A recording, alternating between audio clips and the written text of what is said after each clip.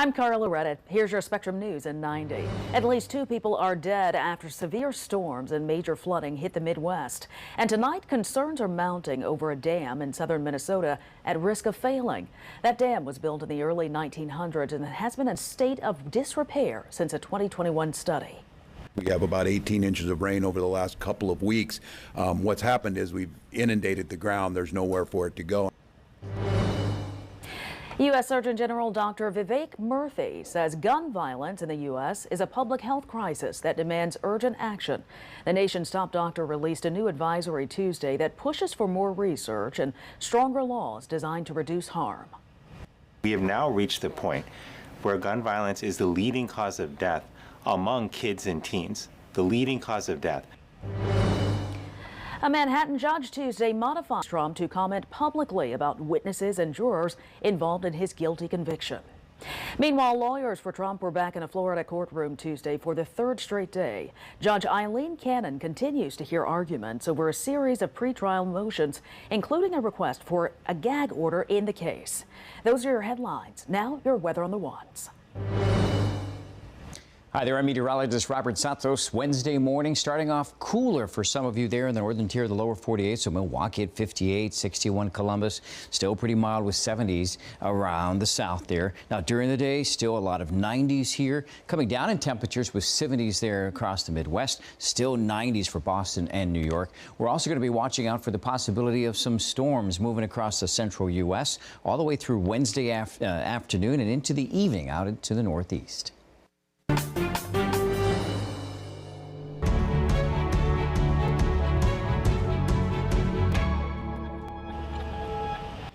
Thanks so much for joining us. I'm Carla Reddit in for Sharon Taswell. Another round of severe weather taking aim at an already drenched Midwest. At least 2 deaths have already been reported in Iowa and South Dakota after catastrophic flooding. Meanwhile, a dam in southern Minnesota is at risk of failing. And as Spectrum's Ariel Wessler explains, that dam has been in a state of disrepair since 2021.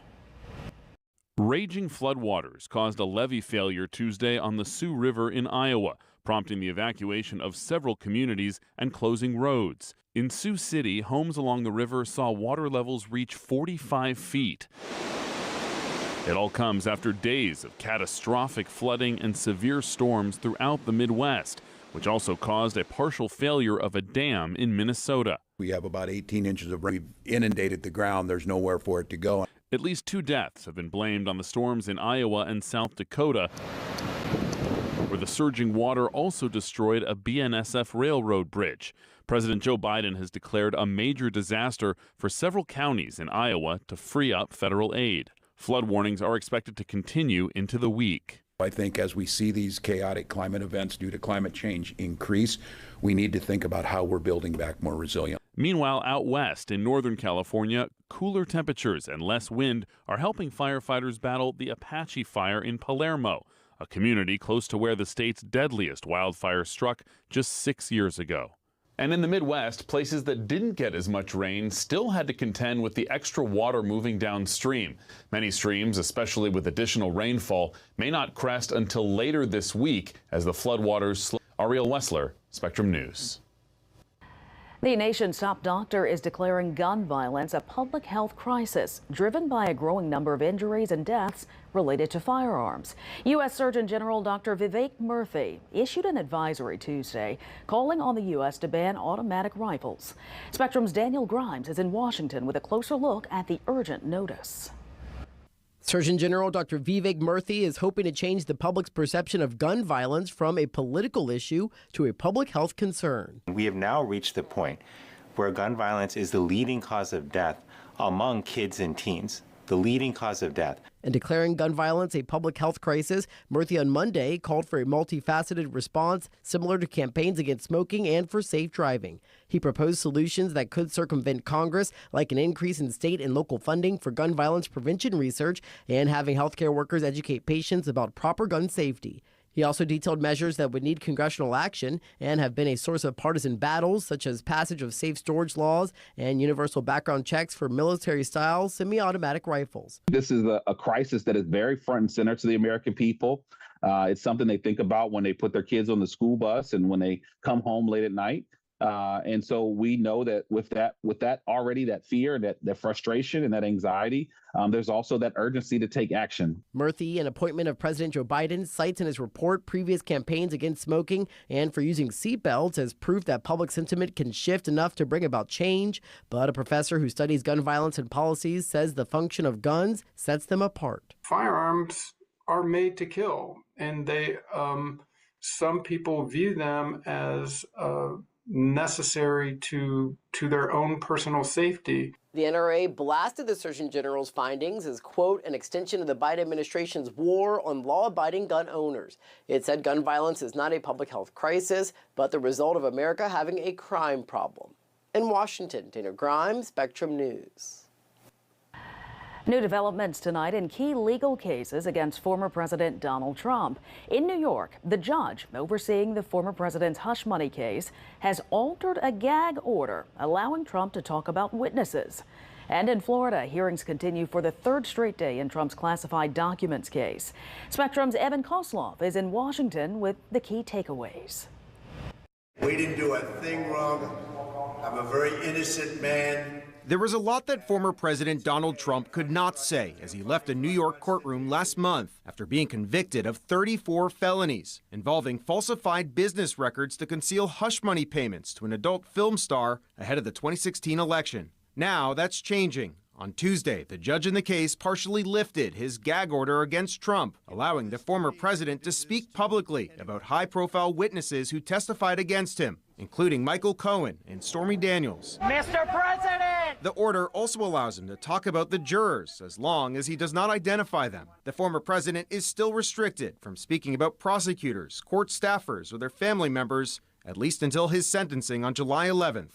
Meanwhile, in Florida, prosecutors filed a scathing 30-page legal brief in Trump's federal classified documents case. The brief included previously unreleased photos taken during the 2022 search of Trump's Mar-a-Lago home, all to bolster their claim that he mishandled sensitive government records. Prosecutors writing in part, Trump personally chose to keep documents containing some of the nation's most highly guarded secrets in cardboard boxes, along with a collection of other personally chosen keepsakes. The filing comes as Trump's lawyers were back in a Florida courtroom on Tuesday for the third straight day, as Judge Eileen Cannon heard arguments on a series of pretrial motions. On Tuesday, Trump's lawyers argued that the FBI violated Trump's due process rights when they searched his home, something which the special counsel's office denies. Judge Cannon will also need to weigh in on a requested gag order against Trump in this case. At a hearing on Monday, the judge appeared skeptical of prosecutor arguments that a gag order was needed to stop misleading comments by Trump that were putting law enforcement at risk. In Washington, I'm Evan Kosloff, Spectrum News. WikiLeaks founder Julian Assange is expected to appear in a U.S. federal courtroom Wednesday to plead guilty to a charge under the Espionage Act. Assange landed in Saipan Tuesday, where that hearing will take place. It's a territory of the U.S. in the western Pacific Ocean. The deal will resolve the WikiLeaks founder of the legal case over the publication of classified documents without any jail time in the U.S. If accepted by a judge, Assange could be free to return to his home country of Australia. Just ahead on Spectrum News, a unique approach to addiction treatment, how a clinic is using technology to transform substance abuse support.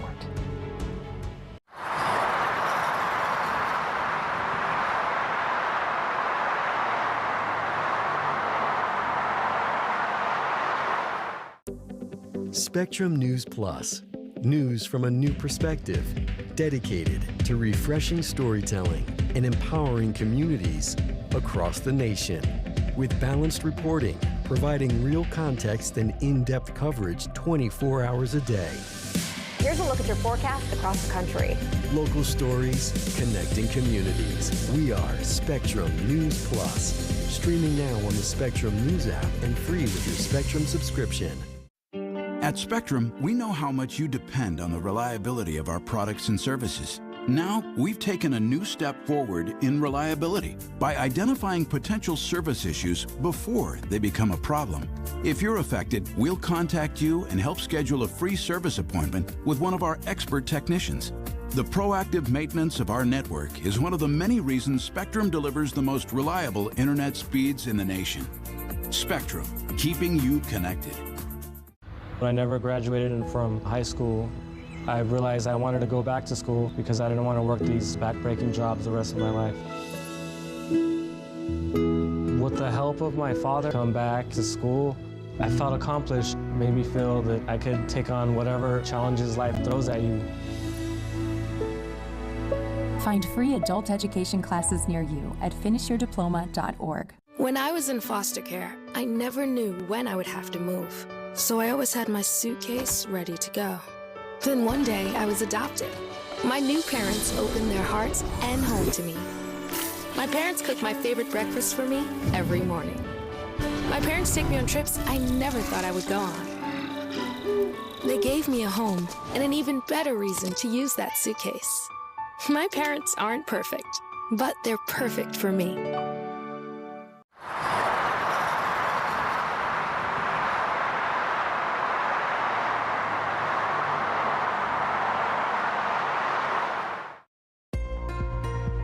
We continue to track severe weather around midweek. Hi there, I'm meteorologist Robert Santos. You can see how it's going to change here on Tuesday, where we saw the slight chance for severe weather right around the central U.S.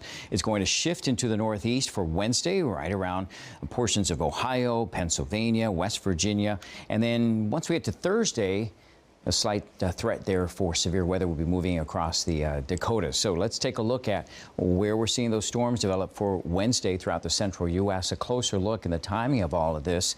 So we'll stop it right around Wednesday, 11 o'clock in the morning Eastern time. And you can see there, we've got some scattered storms moving across Illinois, Indiana, Kentucky, and Columbus. And then it's going to start to build a little bit more as we go into the evening commute right around 6 o'clock again Eastern time. And then this will push into the evening hours across the northeast, all the way up into portions of Maine for early Thursday morning. Now, once we get into Friday morning, actually, we'll see this starting to develop across the Central Plains. So a lot of storms to be keeping track here for the rest of the week. Down in Florida, yes, we'll see some of those storms bubble up for the afternoon once again. So adding to the humidity down there. And speaking of humidity, we're starting to feel that go up as well for states in the southwest. If you're going to be traveling here, we'll get the afternoon monsoon storms popping up again. Every once in a while, some of those storms will head west into Southern California. We're not seeing that really too much, potentially some showers over the mountains of Southern California. But the southwest this time of year gets more than half of its rainfall during the monsoon storms. Okay, the next 3 days, Orlando, we've got rain in the forecast for you Wednesday and Friday. Your temperature's not changing much in the low 90s, hot and sticky there. And Bangor, Maine, you've got a drop in temperatures here with some rain right in the middle there. Thursday, 76 degrees, 73 right around Friday. St. Louis, Missouri, thunderstorms Wednesday, dry after that, but you've got a warming trend there. And in Houston, staying in the 90s with thunderstorms and showers on Wednesday and Friday.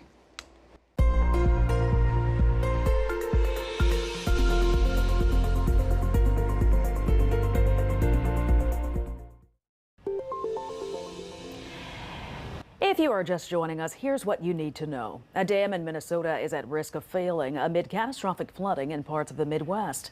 At least 2 people have died in Iowa and South Dakota. The U.S. Surgeon General has declared gun violence a public health crisis driven by a growing number of injuries and deaths related to firearms. Dr. Vivek Murthy issued an advisory calling on the U.S. to ban automatic rifles. A judge in Donald Trump's hush money trial has partially lifted his gag order against the former president. It allows Trump to speak publicly about high-profile witnesses who testified against him. That's what you need to know this evening.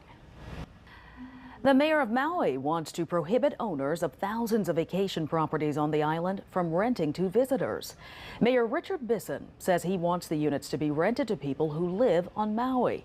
His bill, if passed, would address a housing shortage caused by last year's deadly wildfires.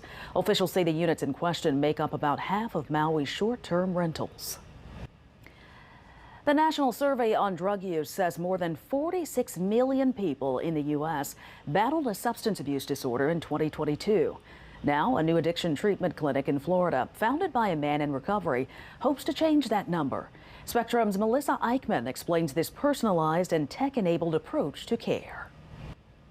Here we have a check-in for new clients. Clients at the new Stepwell Care Clinic in Tampa will be introduced to a different type of addiction treatment. we really try and develop the program around the person. Most programs tend to try and put people and fit them into the program. An outpatient program that founder and CEO Josh Nussbaum says takes a tech-enabled approach. So this is the Stepwell Care mobile application. Nussbaum says they designed the app to provide personalized care. So our approach is a hybrid model where care is both virtual and in person, but we go beyond that where we really try and personalize each care program for each individual. Let's explore the various components of the anxiety cycle and identify ways to interrupt it. Content creation I mentioned comes in, how we actually take the existing evidence-based research and clinical content and turn that into really easy to use video content, assessments and surveys, as well as exercises. Content constantly being added aligns with what clients need to address.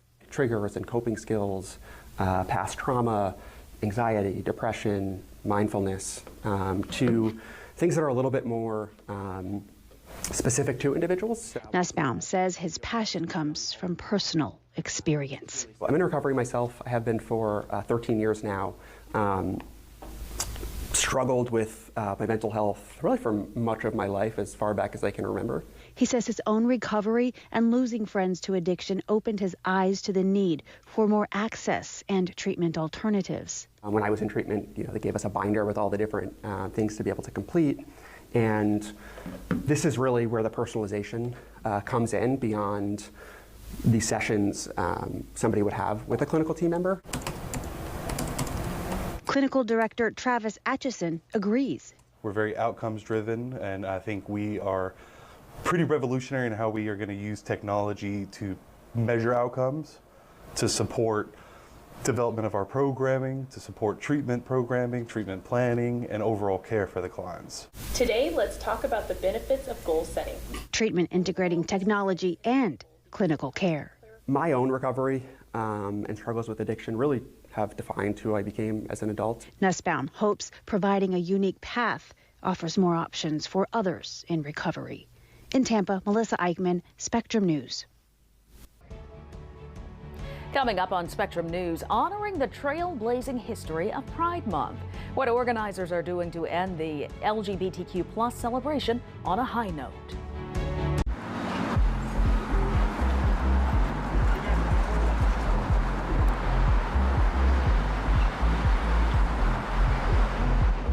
Here's the deal.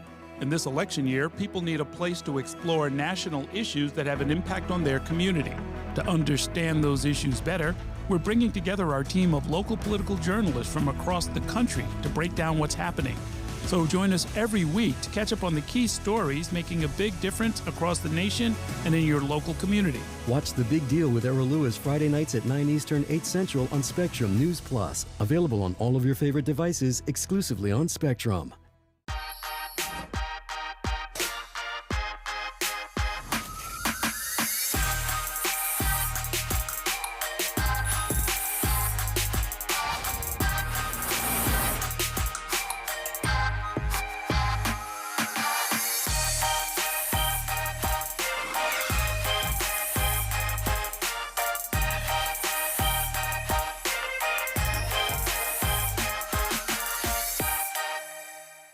Okay, Dad. 1, 2, 3.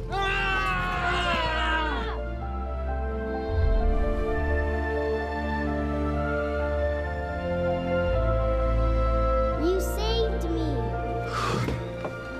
Dad? Are you okay? I'm fine, dear. Your hero needs you now, and AARP is here to help. Find the care guides you need at aarp.org/caregiving. I don't remember how it started. Go to that. Our back and forth. It always came back. Dad! You probably don't remember what you told me, That was perfect. but I heard every word.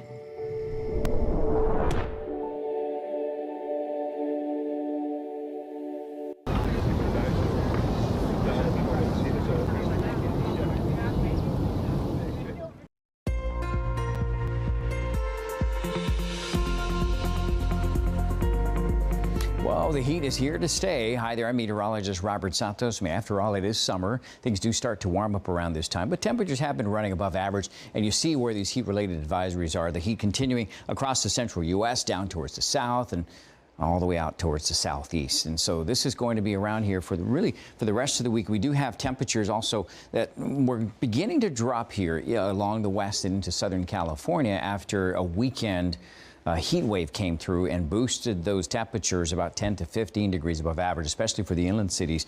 And out in the desert communities of Southern California, there's still an excessive heat warning through about Thursday. And they're in the triple digits and temperatures above average. And then there's also this air quality alert. So if your travels will take you there. It looks like some of this will stick around for parts of Tuesday, but also into Wednesday. And it's all because of the increased elevated ozone levels due to the heat. So we are seeing those triple digit temperatures once again.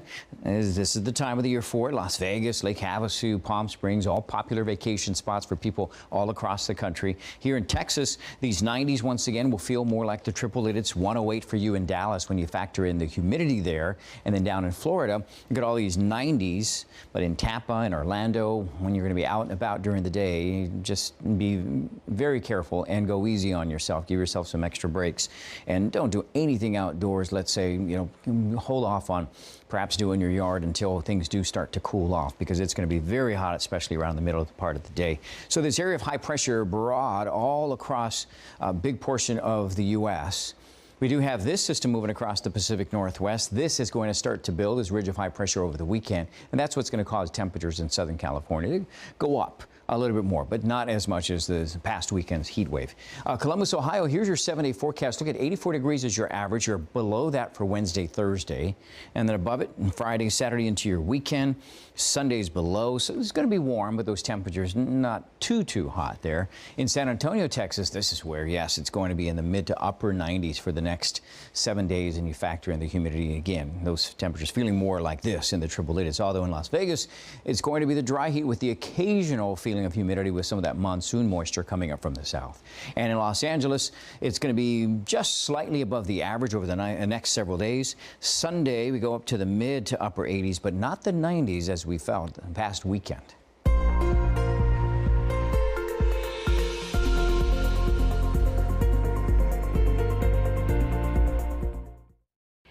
A new study is showing the Antarctic ice sheet appears to be melting faster than expected, which could lead to a tipping point.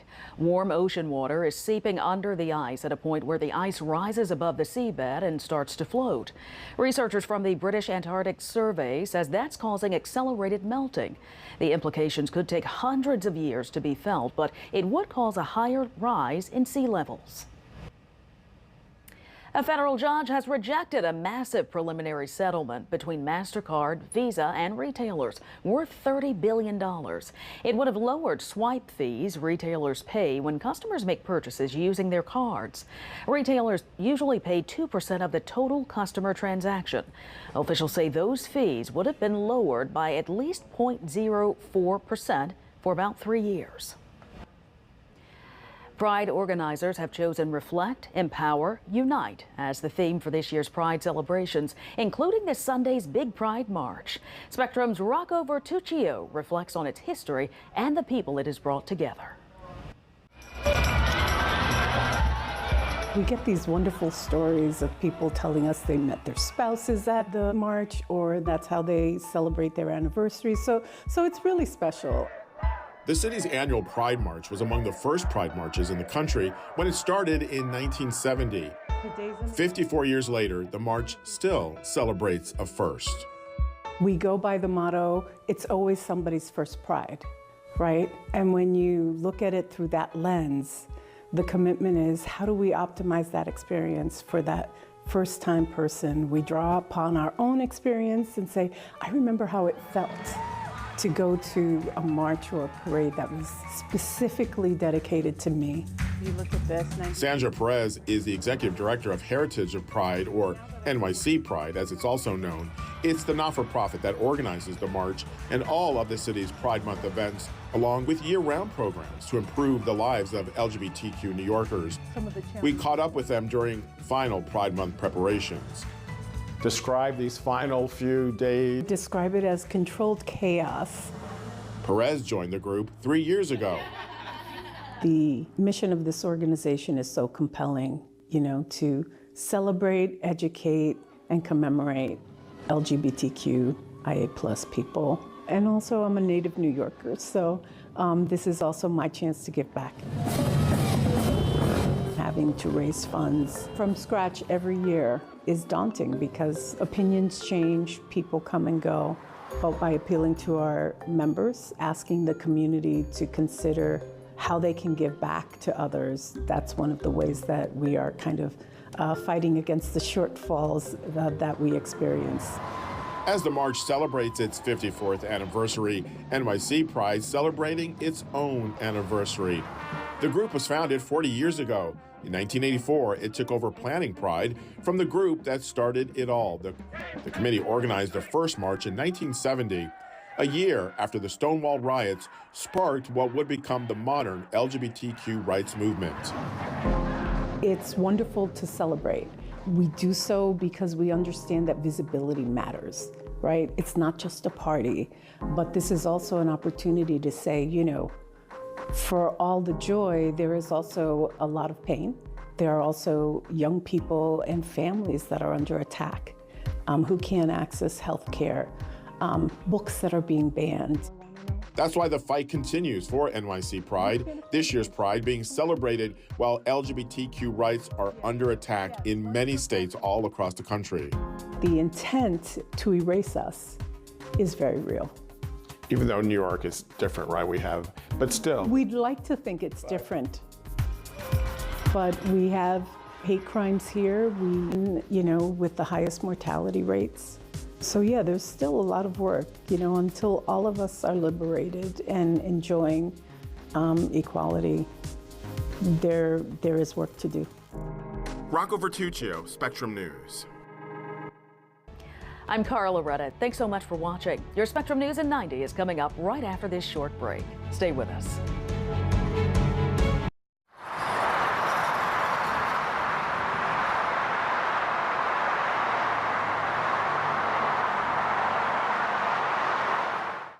At Spectrum News, we're committed to strengthening the fabric of local communities through our reporting, with stories that inspire and news that matters.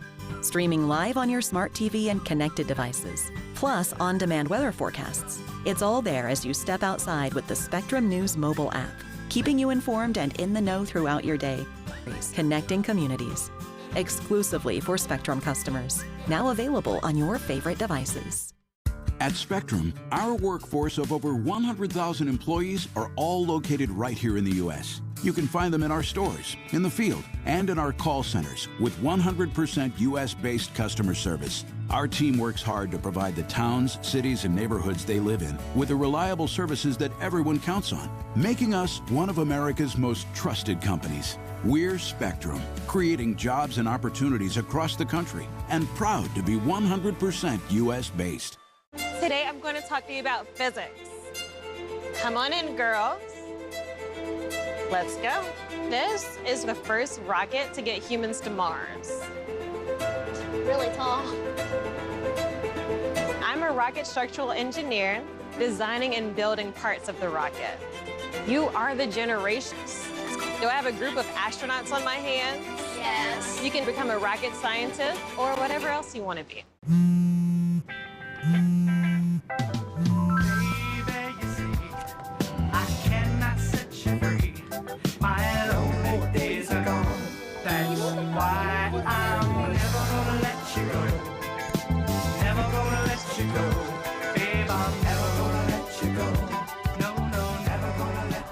Here you go.